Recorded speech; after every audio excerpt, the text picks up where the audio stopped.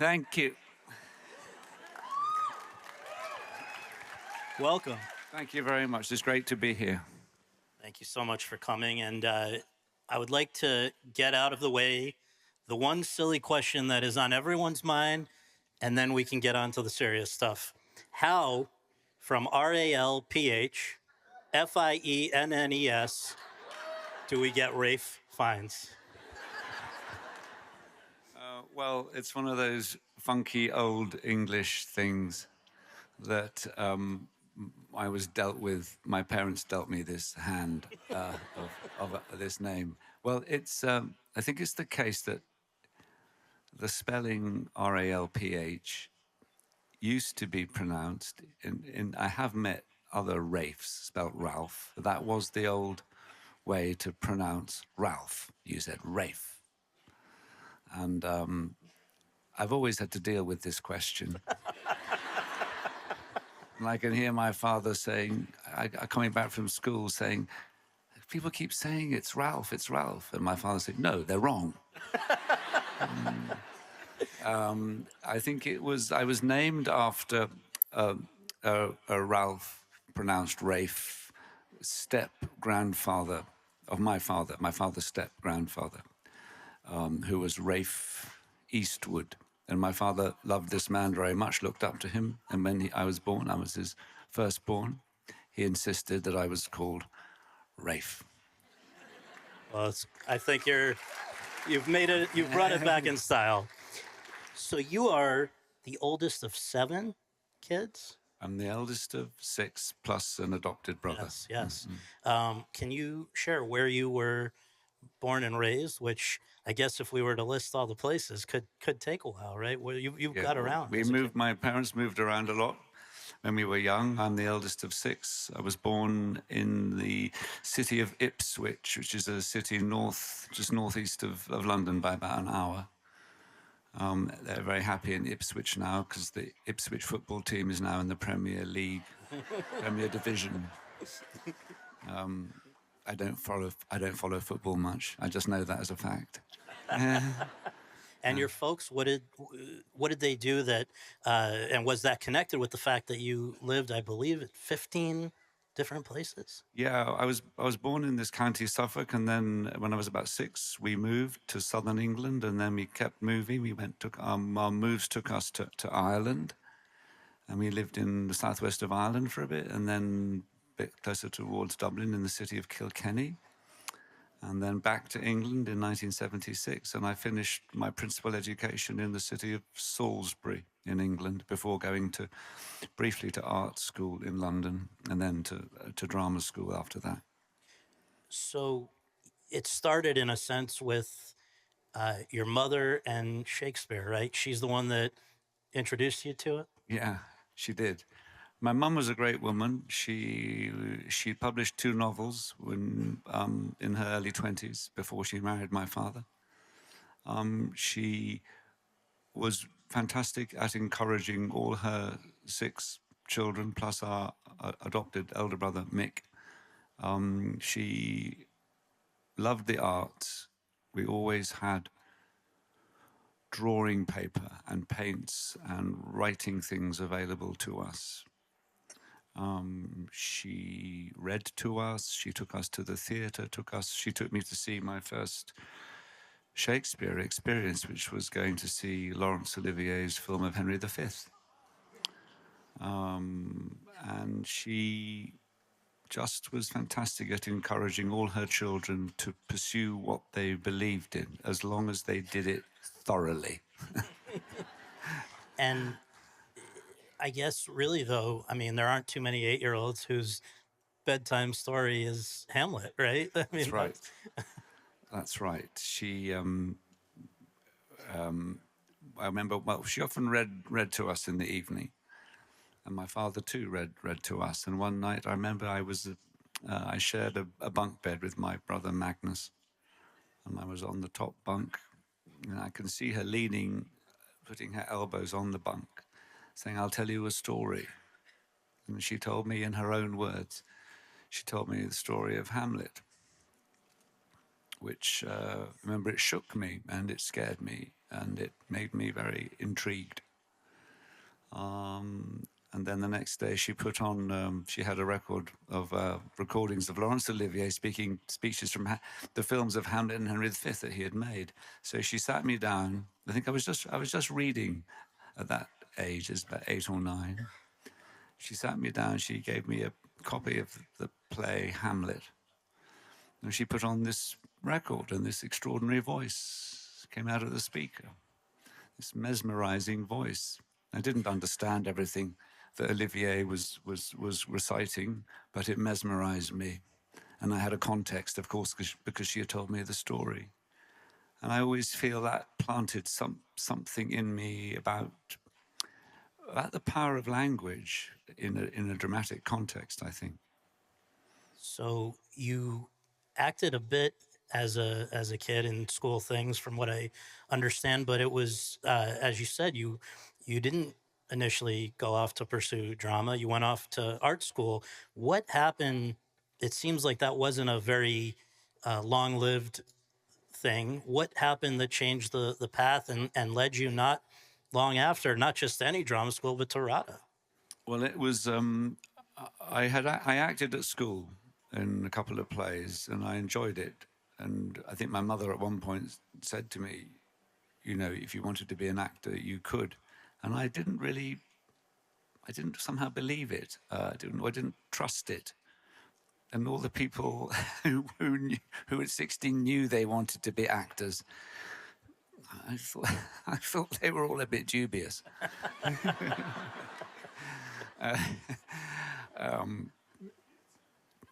And then I put all my energy, or the subject that drew me was art. I spent most of my time in the art room, drawing, painting, at the expense of all the other subjects. And I had a very strong sense that I wanted to paint. And I then applied for art school.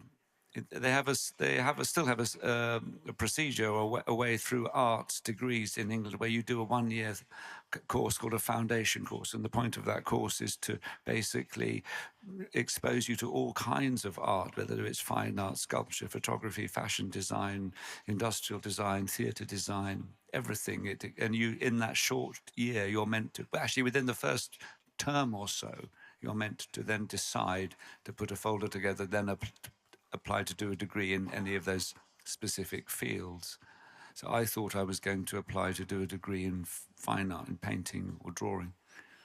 And but the atmosphere of this foundation course was I was in London, which was sexy. I'd been in a little city outside in Salisbury, a lovely old English town with an amazing cathedral, but suddenly I was in London. And you can imagine being in London with everything it has to offer was exciting.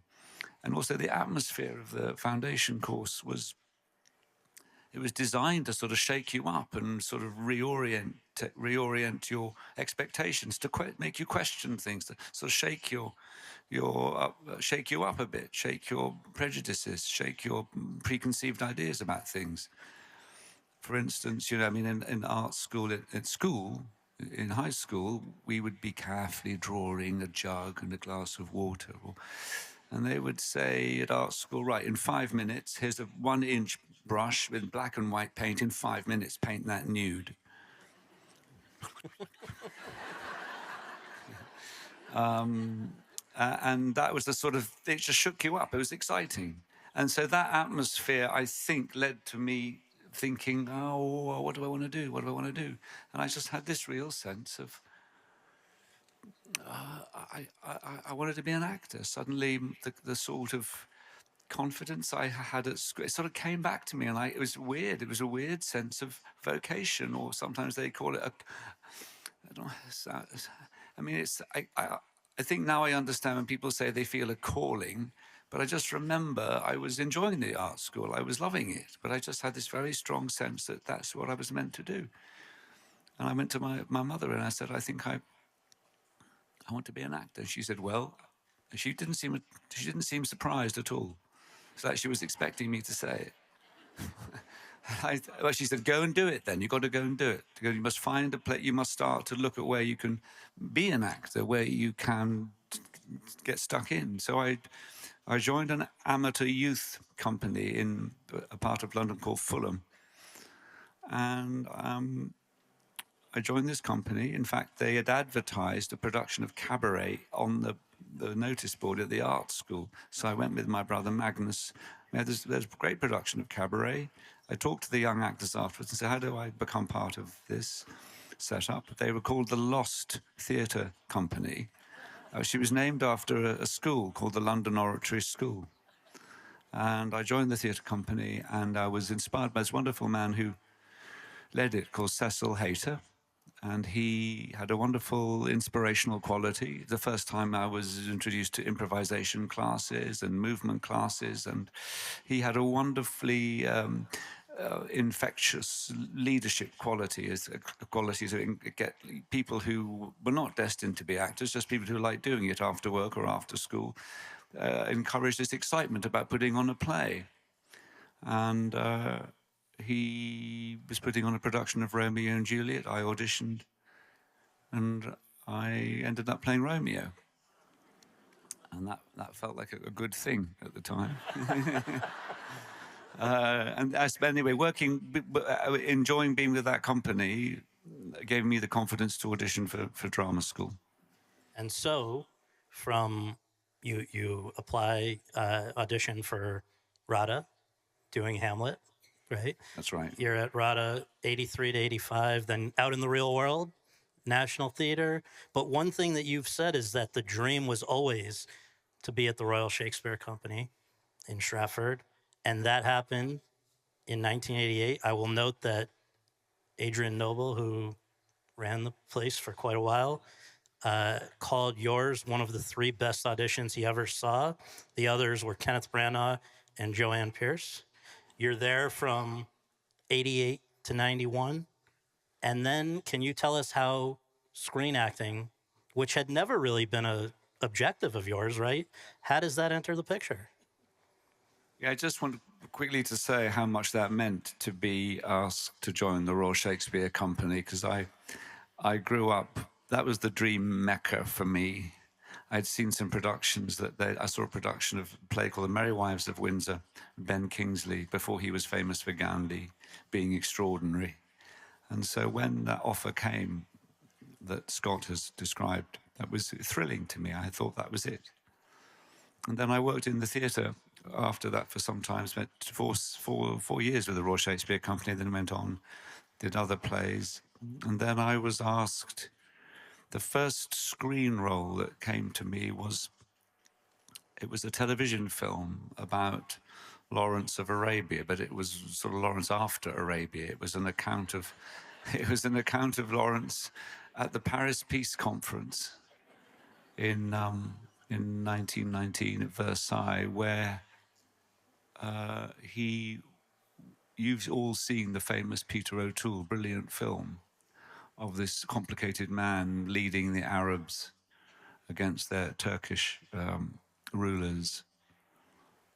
But Lawrence was conflicted. He was an English officer leading an Arab revolt, and he had promised the Arabs their freedom, their liberation. And of course, after the war, he realized that the British and the French were dividing up the Middle East.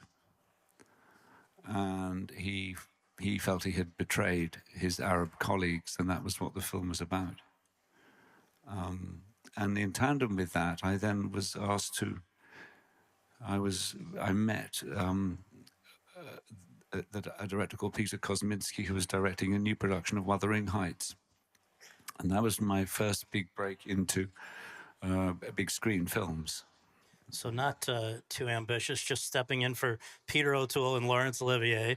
And the crazy thing is, right, that it wasn't, neither of them were especially well received. And I think it sounds like from You things. sound so hesitant. You can say it. They didn't do so well. Well, but you started to, is it true? Maybe you started to think this is it for screen acting?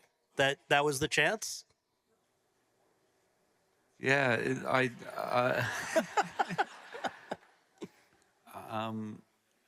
yeah, no, the Wuthering Heights was not that well received.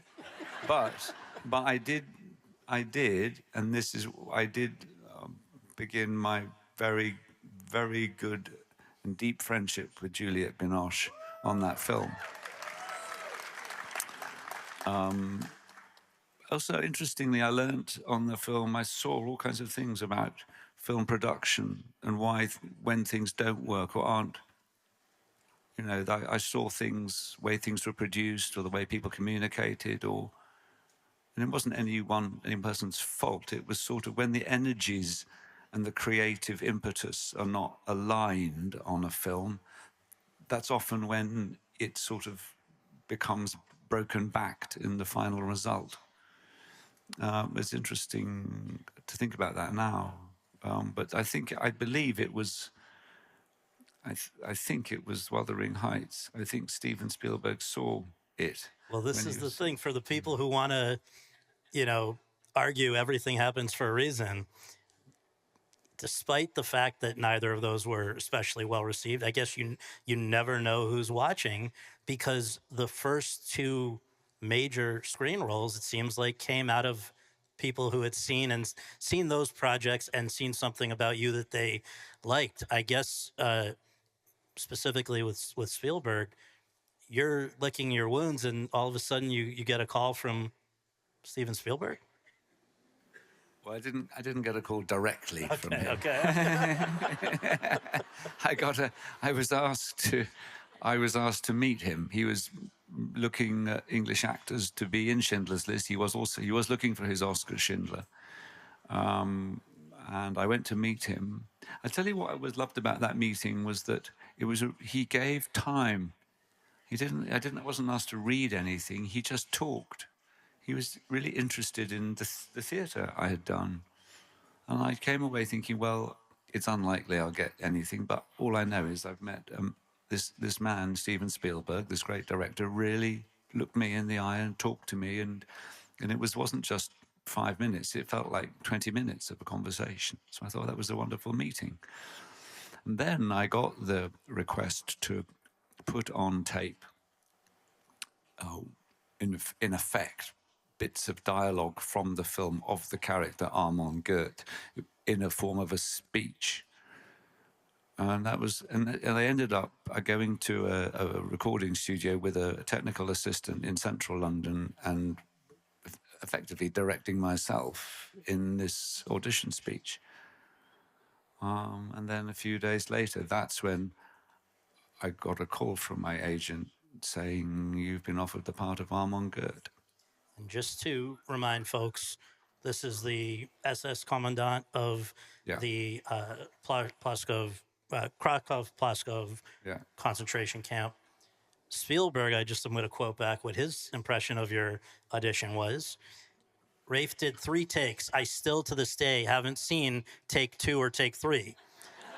He was absolutely brilliant. After seeing take 1, I knew he was on it. So you got the part, and I guess you're told, encouraged, put on some weight, because this guy was a little heavier. You head to Poland for several months. Can you just describe what the mood was like there? Because obviously this is heavy material. Steven's coming off of Jurassic Park in the same year. I don't know if anybody's had a crazier year in terms of filmmakers in the same year to have Jurassic Park and Schindler's List. But you've said, I think, when I've been able to speak with you quite a bit about Schindler's List, he really lived up to the hype. There was something about the way he worked that stood out to you, right? Well, by that time, I had not experienced very many film directors. I'd heard he doesn't rehearse much, and he doesn't like to do too much over theorizing about roles. He likes just to shoot. And I think I learnt the whole script by heart, like a play, which I probably would nowadays. I get to know a script really well, and then I would probably start to, I'd bed in the lines probably a week or 2 weeks, unless it's a big speech, before. But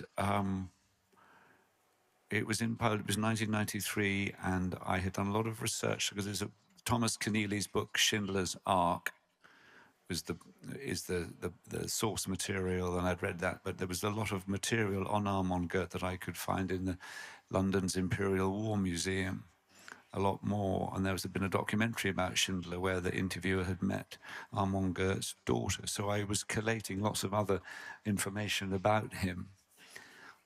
Came out to Krakow in winter and started shooting. And the first day of shooting was a scene, one of my character's earliest scenes, where a young Jewish prisoner, a woman, is trying to help design one of the structures, and my character loses patience with it and just executes her in cold blood. It was a shocking, disturbing scene. It was the first scene I shot.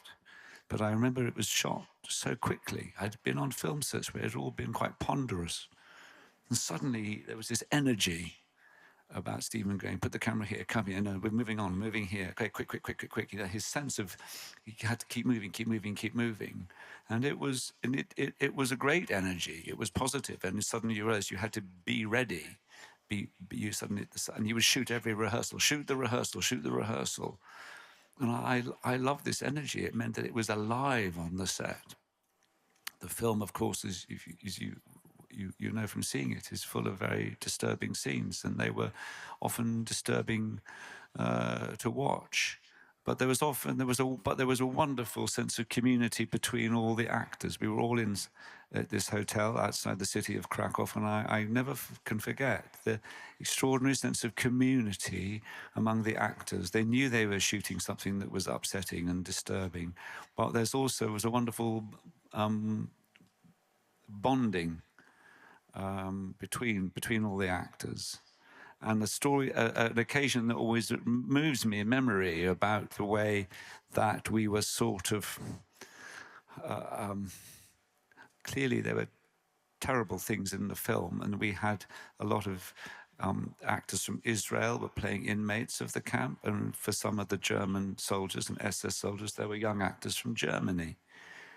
And there was an amazing moment when we were shooting. It was very, very cold. We were shooting in the old Jewish quarter of Krakow, and we were cold. And the film production hired. There was a beautiful cafe, a Jewish cafe, was functioning in this old quarter, and it was literally on the square where we were shooting. And they hired the cafe for us as a green room.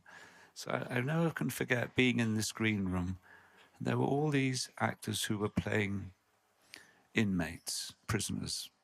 And there were all these actors in German SS uniforms with guns and weapons. And they were all in a cafe, and as actors, they were all talking to each other and having conversations and being interested in each other. And I always thought that was a wonderful quality of healing, and something about art and making of a film, bringing people together across these terrible traumas of history. Absolutely.